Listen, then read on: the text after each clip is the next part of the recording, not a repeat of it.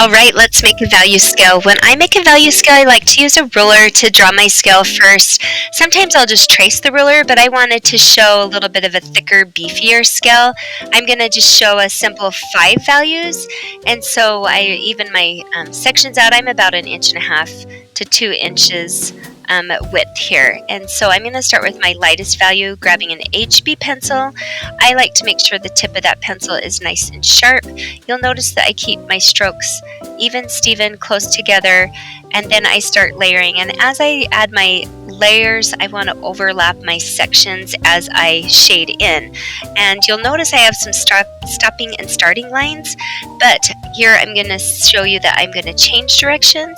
And by doing this, I'm doing the same action, but in the opposite direction.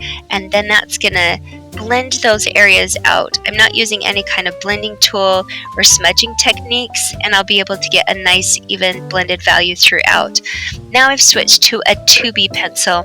As you get darker with your art pencils, 2B is a little bit darker than HB, and what that means is they've compressed the graphite less, and so it's a little bit looser and softer, and it can grab the texture of the paper and leave a darker mark. And so I really like and suggest to use light pressure when adding these first few layers, and then you can start on your second and third layer, maybe pressing a little bit darker, like a medium pressure, as you get on your value scale to darker values. And so again, I've just switched pencils. Now I'm at a 4B, and I'm doing the same technique, starting one direction and then overlapping light pressure. Be careful with your edges as you get with softer pencils like your 4B and your 6B.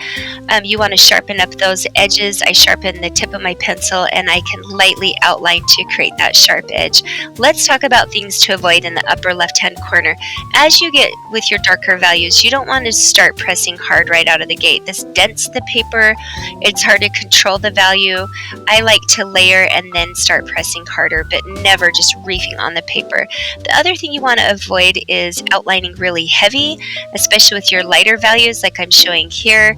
And then as I'm layering, you can see my starting and stopping lines, and you want to avoid lines at all costs, and you can do that by switching directions. This one I'm switching directions, but you'll notice I do not overlap or layer, and so then I get ugly edges of values that you want to avoid.